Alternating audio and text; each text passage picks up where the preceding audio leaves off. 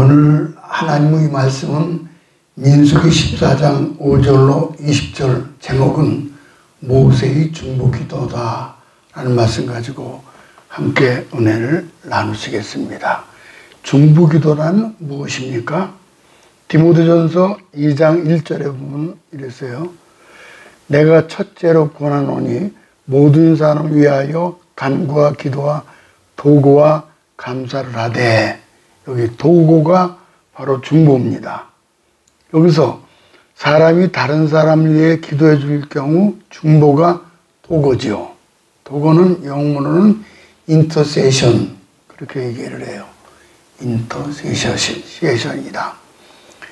인터는 둘 사이의 간격, between 의미하고, 세션은 둘 사이에 갈라진 틈에 서다 이런 뜻이에요. 둘 사이 갈라진 틈에 서 있다. 즉 도고란 예수님의 대속을 힘입은 성도가, 기독교인이 하나님과 다른 사람의 갈라진 틈에 서서 다른 사람을 위하여 하나님께 기도하는 것을 의미합니다. 종교적으로 중보기도라고 번역되며 다른 사람을 위하여 하나님께 기도하거나 탄원하는 행위를 말하지요. 예수님은 죄인과 하나님 사이에 가로막힌 죄의 담을 죽으심과 부활로 헐어버리셨지요. 디모데전서 2장 5절에 보면은 이랬어요. 중보기도죠.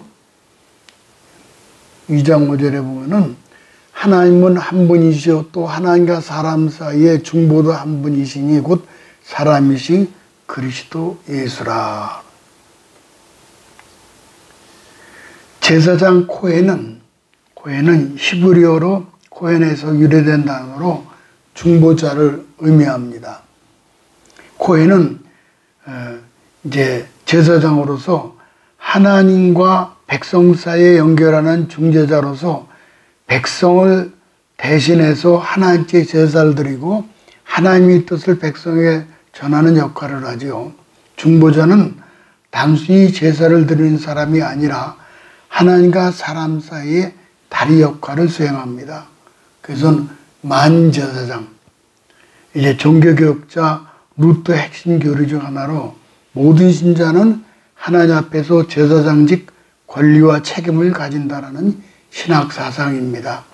베드로전서 2장 9절에 보면은요, 너희는 택하신 족속이요 왕 같은 제사장들이요 거룩한 나라요 그의 소유는 백성이니.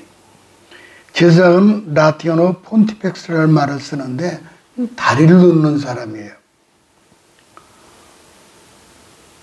코헨은 그래서 거기 서 있는 자, 다리를 놓는 그 중간에 서 있는 자를 얘기하는 거죠. 하나님과 인간 사이에 중보기도하기 위해 다리의 중간에 있다는 뜻이죠. 모세가 그렇게 한 거예요. 사랑하는 사람들의 영혼 구원을 위하여, 나라를 위하여 중보기도하기 위해서 중간에 서 있다. 그 제사장 폰티펙스고 코헨이에요. 요즘 대한민국은 자유민주의 기초인 행정, 입법, 사법의 삼권 분립이 완전히 붕괴되었습니다. 나 하나 기도한다고 달라질 수 있을까 하지만 그렇지 않습니다. 하나님이 역사의 수레바퀴, 물줄기를 바꿀 수가 있는 분입니다. 본문은 가나안 땅 입구 가데스 바네아에서 일어난 사건이지요. 가데스 바네아에서 모세는 12명의 정탐꾼을 파견합니다. 정탐을 보고하기를 적과 꿀이 흐르는 땅이라는 풍요로운 보고를 합니다. 그러나 거인, 안악 자손 등 강한 민족들이 살고 있었고 10명의 정탐꾼은 우리는 메뚜기 같았다라며 부정적인 보고를 합니다. 반면 여호수아와 갈렙은 하나님이 함께 하시면 우리가 이길 수 있다. 그들은 우리 밥이다 라고 긍정적인 보고를 했습니다.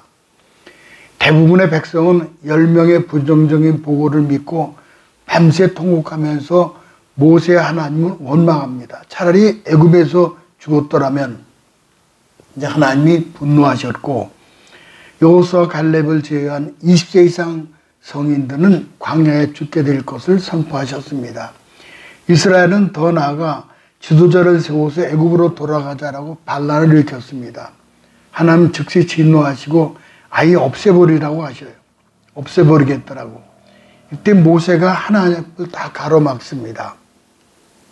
가로막고 그렇게 되면은 이방 나라들이 하나님이 힘이 없어 자기 백성을 죽였다 하므로 하나님의 영광이 가려집니다.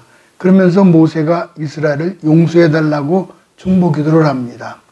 20절 가볼까요? 그랬더니 이렇게 말씀하셔요.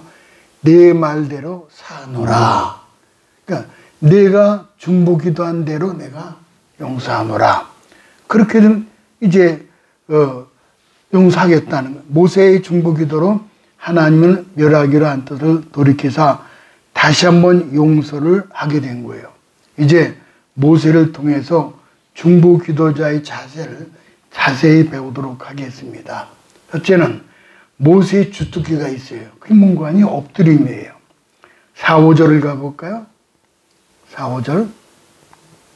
이에 서로 말하되 우리가 한 지휘관을 세우고 애굽으로 돌아가자 하매 모세와 아론이 이스라엘 자손의 온 회중 앞에서 엎드린지라.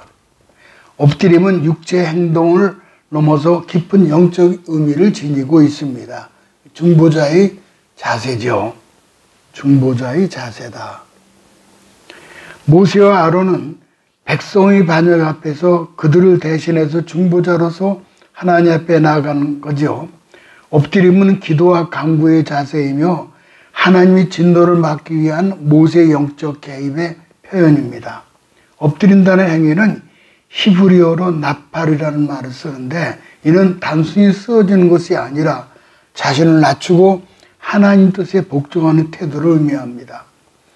모세와 아론은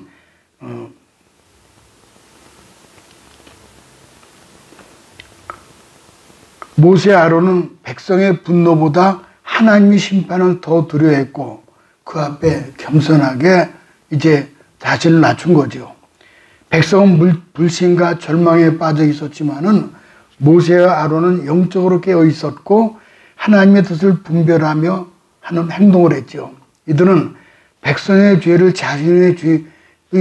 자신의 책임처럼 느끼고 그들을 위하여 엎드려 기도하는 영적 지도자들의 모범을 보여준 거예요.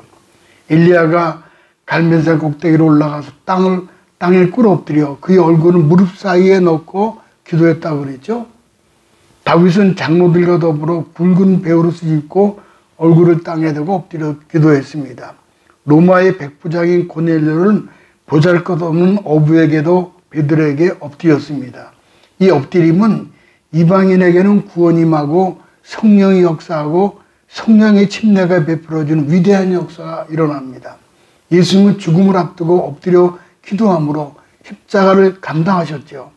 성 프랜시스를 비롯한 웨슬리, 조나단 에드워드, 존 락스, 루터, 조지 물러, 무디 등 수많은 믿음의 일꾼들은 엎드림의 기도를 통해 그는 체험을 한 사람들이에요. 이처럼 성경에 나오는 신앙 위인들의 삶과 기독교 역사에 나타난 신앙 위인들의 삶을 보면은 한결같이 엎드림의 삶을 살았다는 공통점을 발견하게 됩니다. 그들은 때로 한숨 짓고 가슴 아파하며 눈물 지어야 했습니다.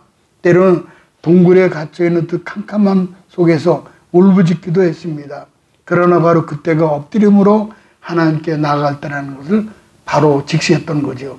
그런데 엎드릴 때마다 하나님 그들의 손에 쥐어주는 것이 있어요. 말씀으로 우리 문제에 개입해 주셔서 해결해 주셔요. 납치리고 엎드리면 피하는 것 같잖아요. 그러나 그렇지 않습니다. 바람의 모래 기둥으로 일어서는 사막에서 길을 찾아 앞으로 갈 수 있는 것은 낙타뿐입니다. 우리가 낙타를 잘 알잖아요. 낙타가 뜨거운 모래 폭풍이 휘몰아칠 때는 가던 발을 멈춥니다. 그리고 무릎을 꿇어요. 낙타가 실제요. 그리고 무릎 꿇고 모래 폭풍이 그치기까지 하염없이 기다린다는 거예요. 거칠고 흉한 무릎이 거센 사막의 모래바람을 이겨낸 승리의 무릎이 되고 목마름과 굶주림을 견뎌내는 생명의 무릎이 됩니다. 어렵고 힘든 광풍에서도 고독하고 정막 같은 어둠 속에서도 무거운 짐을 버텨내는 것이 바로 낙타의 무릎 때문입니다. 그렇습니다. 무릎 꿇음이 일어섬의 시작입니다. 엎드림이 우리 일으켜 세우는 엎드림이 되는 거죠. 엎드리는 것은 하나님 앞에 무릎 꿇음이요, 하나님의 위대하심을 인정하고 우리의 제대된 모습을 고백하는 것이요, 하나님의 은혜에 대한 감사하며 축복이죠. 그렇게 되면 모든 문제가 유쾌하게 되는, 일어나서는 응답이 찾아오게 되는 거죠. 두 번째는 위기 속에 믿음의 반응을 볼까요? 반역과 혼란의 순간에 모세와 아론은 이제 말로 대응하지 않고 먼저 하나님 앞에 엎드려서 믿음의 반응을 보였죠. 이는 신자가 위기 속에서 먼저 하나님께 나아가야 함을 가르쳐 주죠. 우리의 삶 속에서도 갈등과 위기에 있을 때 사람 앞에서 말로 싸우기보다는 하나님 앞에서 엎드리는 태도가 필요해요. 모세의 아론처럼 중보자의 마음으로 겸손히 하나님 앞에 엎드리는 것, 이것이 진정한 영적인 리더십이요 기도의 사람이죠. 엎드려면 작은 불꽃 속에 담긴 하나님의 창조 솜씨를 보게 되고 어려움 중에 있는 사람들의 눈물을 보입니다. 엎드려 쓰러져 고통 속에 있는 사람의 아픔이 보이고, 엎드리면 엎드려 기도하고 계신 예수님의 낮은 모습을, 그리고 예수님의 눈길과 마주하게 되죠. 천주교에서는 사제 서품을 받을 때 엎드린 것을 보죠. 천주교에 사제 서품 받을 때 엎드리죠. 엎드림은 무릎 꿇음보다 낮은 자세죠. 남을 자기보다 낮게 여기는 마음 자세죠. 그만큼 자세를 낮추어서 겸손한 마음으로 헌신과 섬김의 자리에 있겠다는 소원이죠. 그렇게 엎드릴 줄 아는 사람은 지혜로운 사람이요 복된 사람입니다. 책은 다음에 오래 엎드리는 새가 높이 난다라는 그런 얘기가 있습니다. 오래 엎드리는 새가 높이 난다. 높이 날기 위해서는 그만큼 오래오래 엎드리는 시간이 필요하다는 거예요. 하나님 앞에 귀하게 쓰임받은 사람들은일수록 오래 엎드리는 시간을 많이 가졌음을 깨닫게 됩니다. 요셉은 13년을 기다리면서 마침내 하나님이 사용하게 되었고, 모세는 출애굽하면서 40년 광야에 엎드려 세월을 보냈습니다. 큰 저수지일수록 오래 채워야 합니다. 큰 저수지일수록 오래 채워야 되죠. 채울 사이도 없이 그저 내버리는 저수지는 쉽게 말라버립니다. 그러기에 엎드림은 기다림입니다. 우리의 모든 고난과 시련과 위기는 잠깐 지나가죠. 그러므로 우리가 어렵고 힘든 일을 만나면은 마치 들풀이 거센 바람이 지나기까지 말없이 고개를 숙이는 것처럼 인내하며 엎드려 기다리다 보면은 그 강한 그 바람은 다 이제 다 지나가게 되는 거죠. 더욱 더 낮게 엎드려 기도해야 되겠죠. 우리가 그 낙동강변에 보면은 그 있잖아요. 이제 들풀이 차 있으면 차가 엎드러지잖아요. 아무리 강한 바람 불어도 다 엎드려요. 갈 데가요.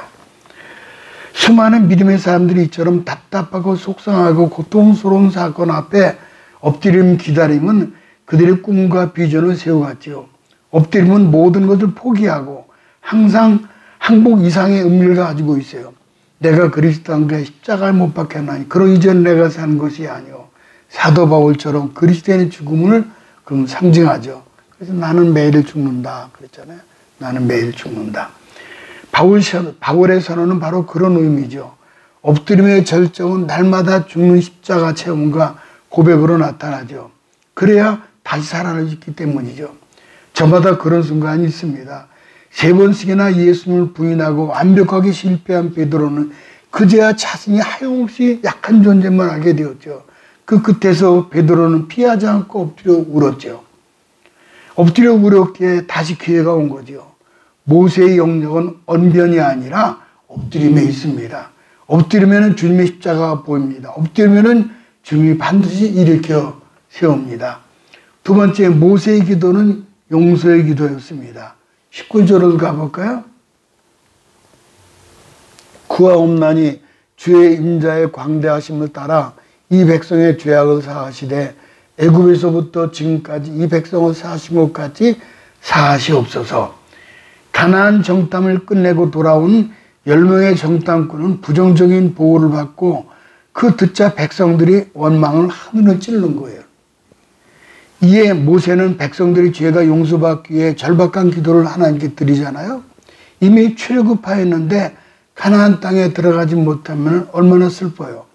가다가 안 가면은 출발하지 말아야 되는 게 오는 거 아니에요? 디모데후서 4장 10절에 보니까 이런 기가 막힌 일이 있어요. 데마는 이 세상을 살아가야 나를 버리고 데살로니가로 갔고 그레스게는 갈라디아로, 디도는 달마디아로 갔다. 이 편지 쓸 때 바울의 심정은 무너진 것 같았지요. 세상을 사랑하여 떠나간 데마, 바울이 나의 살아가는 동역자라는 그런 인물이었지만은 하늘나라 향해 가서는 끝까지 가야지, 출발했으면 어떻게든 고전해야지 중간에 세상을 빠져버리니 얼마나 안타까운 사람이 일이에요. 모세는 백성의 죄를 용서해달라고 대속의 중보를 기도를 드리죠. 대제사장적인 기도는 하나님께 드리죠. 다락방 강화의 한 부분이 요한복음 17장 보면은 예수님이 대제사장의 기도가 나오죠. 예수님은 우리의 죄를 위해 계속적인 기도가 필요하셨어요. 그래서 모세는 예수님의 모형으로서 죄의 사함의 대속적 기도를 드리고 있는 거죠. 모세의 대속적 기도는 출애굽한 백성들이 가나안에 무사히 정착할 수 있기를 기원하는 모세의 중보 기도지요. 이게 하나의 그림자죠. 하나님께서 백성의 죄를 용서하셔서 가나안 땅에 들어갈 수 있게 되죠. 그래서 모세가 용서해달라는 대속의 기도를 드리는 거죠. 애굽에서도 지금까지 이 백성을 사하신 것까지 사하시옵소서. 무려 10여 차례나 그렇게 분명했었지만은 그러나 그때마다 모세는 이제 무릎을 꿇고 엎드렸던 거죠. 백성들이 애굽에서부터 지금까지 죄를 지었다는 사실을 전제로 바로의 군대가 축격해 올 때도 그때도 하나님과 모세에게 백성들이 원망했잖아요. 물이 없다고 원망하고 마라의 쓴물을 만나고 신광야에서 먹을 것이 없다고, 그래서 메뚜기야 이제 메추라기를 주시죠. 르비딤에서 마실 물이 없다고 보채자 시내산에 올라갔다가 또 광야살 더디 온다고, 광야 생활에 힘들다고, 애굽에서 먹던 생선 마늘이 먹고 싶다고, 가나안 정복에 도저히 불가능할 것이라고 끊임없이 원망했어요. 애굽에서도 지금까지 용서해달라는 걸 하나님께서는 아브라함과 맺은 언약을 기억하셔서 그들을 멸하시지 않으실 것을 알고 있었기 때문에 드린 기도가 바로 이제 그 모세의 기도였죠. 20절에 보니까는 여호와께서 이르시되 내가 네 말대로 사하노라. 이 말씀은 하나님의 신실하심과 하나님께 무한한 사랑으로 용서를 말하죠. 내가 사하노라. 유명한 말씀이에요. 사하라. 오늘 중심 진리가 되지만은 이제 내가 너를 사하노라. 이 히브리어로 살라흐티라는 말을 쓰는데 내가 사했노라라는 뜻인데, 용서를 구하면 구하는 순간 하나님이 이를 죄를 사하셨어요. 죄를 사하시는 일은 하나님께서 우리를 향하는 하시는 일이에요. 시편 51편, 6편, 32편, 30편, 8편과 함께 회개의 시편에 속하는 시편이죠. 이외에도 시편 102편, 130편, 143편 등 회개의 시편으로 분류되죠. 루터는 이의 시편을 다윗의 시편으로 분류하고, 다윗은 죄를 짓지 않은 사람이 아니라 죄를 지었지만은 철저하게 회개한 사람이었어요. 그의 회개는 그로 하여금 성군이 되게 하였고 하나님 마음에 합한 사람이 되었던 거죠. 시편 51편 10절에 보니까는 하나님이여 내 속에 정한 마음을 창조하시고 내 안에 정직한 영을 새롭게 하소서. 이 말씀에 창조라는 단어는 하나님께서 천지를 창조하실 때 같은 단어예요. 없는 것을 새롭게 만드시는 거예요. 다윗은 하나님께만 적용되는 단어를 사용하여 정결한 마음으로 창조해달라고, 완전히 새롭게 창조해달라고 이제 하나님께 기도했던 거죠. 우리에게도 있어서 확실한 개혁은 새롭게 완전히 만드는 거죠. 즉 재창조를 얘기하는 거예요. 우리의 죄를 사하신다는 것은 새롭게 창조하시는 거예요. 야고보서 5장 16절을 가볼까요? 그러므로 너희 죄를 서로 고백하며 병이 낫기를 위하여 서로 기도하라. 죄를 서로 고백하는 것은 오랜전 교회의 전통에 있던 사역입니다. 그러면은 수많은 일들이 기적이 나타나요. 모라비안 선교단, 웨슬레 홀리클럽, 러시아 정교회 참여 모임 등에 있어서 모두 교회 전통이에요. 그러면은 기사의 이적이 나타나요. 병든 자가 치료 안 받고. 광야 같은 세상, 죄악이 가득한 이 세상에 우리에게 회개 유전자가 절실하게 요구돼요. 베드로는 닭이 울기 전에 3번 주님 부인하리라는 말을 주님께로부터 들었습니다. 그럼에도 불구하고 대제사장님에 들어갔다가 예수님 부인하잖아요. 그가 닭이 우는 소리를 듣고 회개했죠.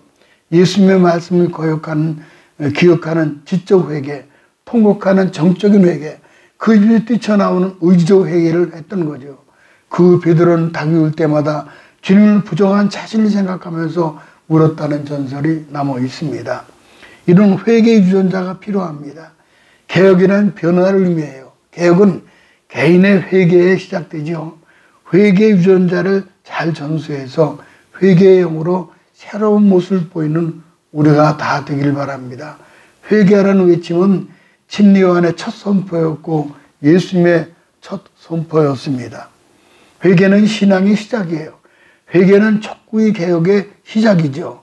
회개에 합당한 열매를 맺으라고 침례요한은 요청합니다. 열심히 내라 회개하라. 라오디아 교회에 주신 말씀이죠. 교회의 개혁의 시작은 회개죠. 회개는 개인과 교회의 개혁의 시작이죠. 광야 생활은 교회 생활의 모형이죠. 출애굽한 다음 광야 생활하면서도 죄는 계속 하나님의 사랑을 따라다니죠. 우리가 예수 믿어도 죄악에서 면제되는 것이 아닙니다. 육체로 사는 동안 회개는 누구에나 필요한 거죠. 회개의 유전자를 잘 살려서 늘 회개하면서 용서받는 삶을 우리가 다 되시길 바랍니다. 마지막 3번째 모세의 기도는 하나님의 영광과 자비였습니다. 출애굽해서 고생 끝에 1년 3개월 만에 가나안 땅 입구 가데스바네에 도착을 했는데 들어가지도 못하고 모두가 죽게 된 거예요. 또 전염병으로 죽게 된 거예요. 이때 모세가 기도하였는데 하나님께 간절히 중보기도 드리잖아요. 이런 일은 1년 전에도 있었어요. 이스라엘 백성이 시내 광야에 머물고 있을 때입니다. 모세가 시내산에서 십계명을 받기 위해서 40일 동안 자를 비운 사이에 저들이 금송아지를 만들고 그것을 섬기는 거예요. 하나님께서 진노하셔서 저들을 진멸하시고자 하셨죠. 이때 모세는 중보기도를 드려요. 이것이 모세의 중보기도 첫 번째 역사죠. 모세의 기도를 보면은 자신의 생명을 걸고 기도할 정도로 이스라엘 백성들을 사랑을 했어요. 그래서 출애굽기 32장 32절에 보니까는 이게 모세의 그 첫 번째 중보기도예요. 그러나 합의하시면 이제 그들의 죄를 사하시옵소서. 그렇지 않사오면 주의 기록한 책에서 내 이름을 지워 버리소서. 어떻게 이런 기도를 드려요? 생명을 걸고 기도하는 거 아니에요. 이러한 기도가 하나님의 보좌를 움직이는 기도예요. 출애굽기 32장 14절에 보니까는 이랬어요. 보면 여호와께서 뜻을 돌이키사 말씀하신 화를 그 백성에게 내리지 아니하시니라.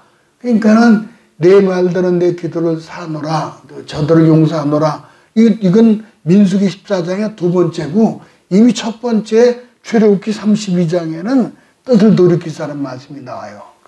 그 이제 계속 보면은 내가 너로 평케 하리라, 내 마음을 평케 하리라, 내가 앞서가노라. 그런 말씀이 이어져 나오죠. 뜻을 돌이키사. 참 이 말씀이 얼마나 귀해요. 뜻을 돌이키사. 그러면은 이제 이걸 둘로 나눌 수 있는데 첫째는 하나님 영광에 호소하죠. 이제 13, 16절을 볼까요? 하나님 영광에 호소하는 모습. 애굽인 중에서 주의 능력으로 이 백성을 인도하여 내셨거늘 그리하시면 그들이 듣고 이 땅 거주민에게 전하리이다. 낮에는 구름 기둥, 불 기둥 가운데서 그들을 앞에서 행하신 것이니라. 이제 주께서 죽이시면 주의 명성을 들은 여러 나라가 여호와가 맹세한 땅에 인도할 능력이 없었으므로 광야에서 죽었다리이다. 이게 지금 모세의 그 기도 내용이에요. 모세의 기도의 근거는 결국 하나님의 영광이었어요. 하나님의 영광. 그러니까 만일 하나님께서 이스라엘 백성을 전염병으로 멸전시키다면은 하나님의 영광이 가려지게 될 것이라는 거예요. 이방 세계에서 하나님께서는 무능한 신이다 이렇게 할 거라는 거예요. 소문이 난다는 거예요. 온 세상에 하나님께서 약속을 하시고 그 약속을 지키실 능력이 없는 분으로 소문이 나게 될 거라는 거예요. 중보기도는 하나님 영광에 초점을 맞추는 거예요. 중보기도가 자신의 일에 초점을 맞추면 안 됩니다. 역시 중보기도가 또한 대상자의 유익에 초점을 맞춰도 안 돼요. 12절에 보니까 그랬잖아요. 모세가 하나님께로부터 뜻밖의 제안을 받아요. 볼까요? 내게 그들보다 크고 강한 나를 이루게 하리라. 그러니까 이스라엘 백성을 멸절시키고 모세로 하여금 다시금 큰 민족을 이루시겠다는 거예요. 이렇게 되면 모세가 아브라함을 대신해서 믿음의 조상이 될 수 있다는 거예요. 가문의 영광이죠. 이렇게 되면은. 그러나 모세는 자신의 영광이나 가문의 영광을 생각하지 않고 아브라함을 생각한 거예요. 하나님 영광만을 생각한 거예요. 우리가 누군가를 위해 중보기도할 때 하나님의 영광을 생각해야 돼요. 내게 돌아올 유익이 무엇인가를 따지지 말아야 합니다. 오직 하나님께만 영광을 돌릴 수 있는 길을 따라 중보기도를 드려야 할 것입니다. 울림이라는 책이 있는데 우리가 몰랐던 이 땅에 작은 예술이 있어요. 보면은 예수 정신에 사로잡혀 살았던 24명의 한국인들을 소개하고 있는데 그 첫 번째가 뭔가 하니 장기르 박사예요. 장기르 박사. 이분이 작은 예수 그리스도예요.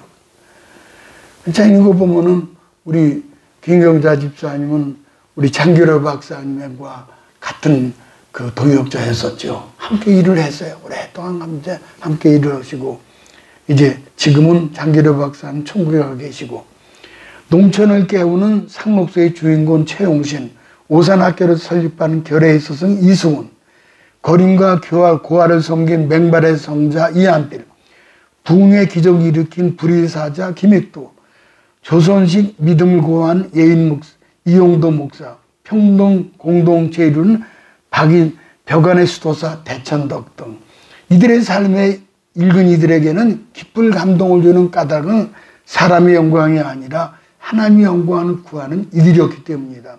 그들은 사람의 영광을 구하는 삶에서 벗어나 오직 하나님의 영광 위에 살았던 사람들이에요.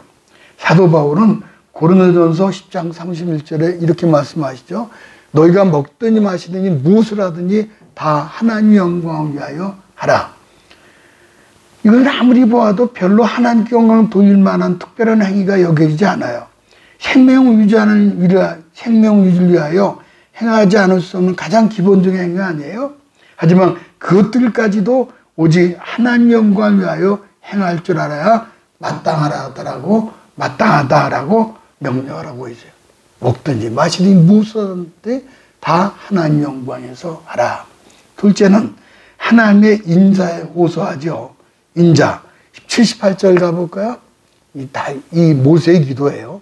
이제 구하옵나니 이미 말씀하신 대로 주의 큰 권능으로 나타내옵소서. 이르시기를 여호와는 노하기를 더디하시고 인자 혹은 자비, 헤세드가 많아 죄악과 허물을 사하시나니 형벌을 받을 자는 결단코 사하지 아니하시고 아버지의 죄악을 자식에게 갚아 3세대까지 이르게 하리다 하셨나이다.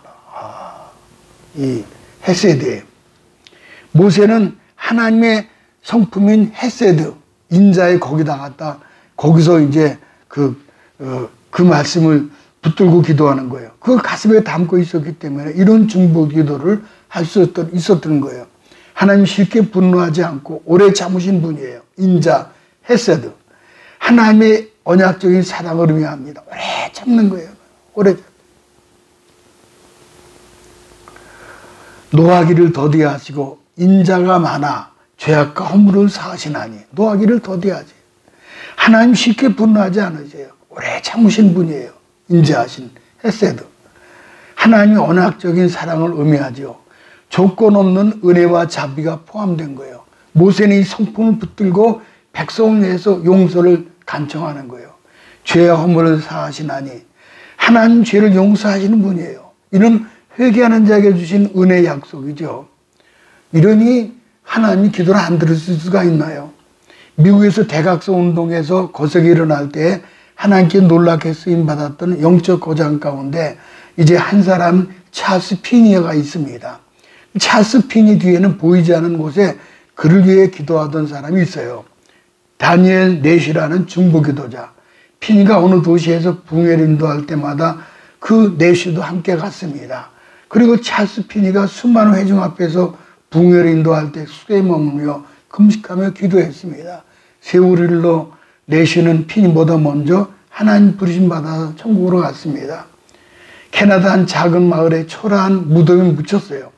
묘비에 이렇게 써 있습니다. 다니엘 넷이 기도 용사 피니의 동역자. 그렇습니다. 넷이는 피니처럼 유명한 사람이 아니에요. 그러나 피니는 넷이 없이는 그 자리에 설 수 없었던 거죠. 넷이야말로 진정한 중보 기도해 줬다는 겁니다. 하나님께서 넷이를 소중하게 여기신 거예요. 우리의 중보기도가 사람을 살립니다. 사람은 세워요. 하나님 놀라운 역사를 일으켜 세우십니다. 성경에는 하나님 어떤 분인지 다 표현이 많잖아요. 그중 구약 성경 특히 시편에 많이 나타나는 표현은 인자하심과 성실하심이에요. 인자하심에 해당하는 히브리어 헤세드는 언약 백성을 절대적으로 사랑하는 의지예요. 하나님 언약 백성을 사랑하되 어떤 상황에서도 심지어는 그 대상자인 언약 백성이 배반해도 절대적으로 사랑하셔요. 문제는 징계하기도 하지만 그것조차도 그의 절대적 사랑 때문에 징계가 필요한 거예요. 성실하심에 해당하는 에무니라는 히브리어는 언약 백성에 대해 가지신 목적을 반드시 이루신다 한다는 의지예요. 하나님은 언약 백성에 대해 가지신 목적은 어떤 상황에도 포기하지 않고 성실히 이루어가세요. 아무리 방해 세력이 많고 심지어는 그 대상이 언약 백성이 불신앙적인 모습을 보인다 할지라도 결코 그 뜻을 바꾸질 않아요. 목적을 반드시 이루어가세요. 선하심에 해당하는 토부, 하나님 선함과 인자하심 그러잖아요. 하나님의 언약 백성에 대해서 가진 목적, 최고의 수단을 선택하고 최선으로 방도 인도하세요. 그러고 보니까 시편 23편에 하나님의 선함과 인자하심이 이게 다윗도 겪은 거예요. 이걸 하나님이 이스라엘 백성에게 어떻게 대하셨는지 생각해 보면은 이해가 될 겁니다. 이 모든 하나님의 마음을 가진 모세는 가슴에 이 하나님 성품을 품고 있었기에 그는 자신과 생명을 걸고 중보 기도자의 길을 걸었던 거죠. 모쪼록 모세의 뜨거운 가슴을 가지고 제사장 코헨으로 그 중보자의 기도자의 자세로 승리하시기를 주님의 이름으로 축복합니다.